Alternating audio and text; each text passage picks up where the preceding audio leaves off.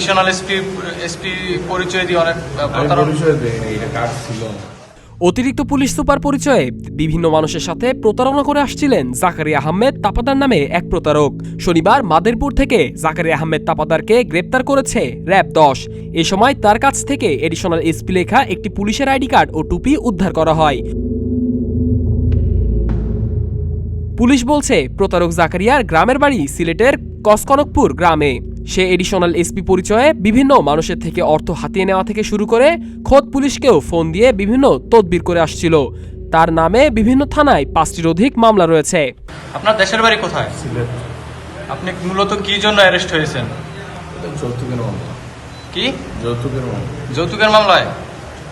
যৌতুকের মামলায় অ্যারেস্ট হয়েছেন? আচ্ছা, আপনি বিভিন্ন সময় বাবার নাম কি? হ্যাঁ,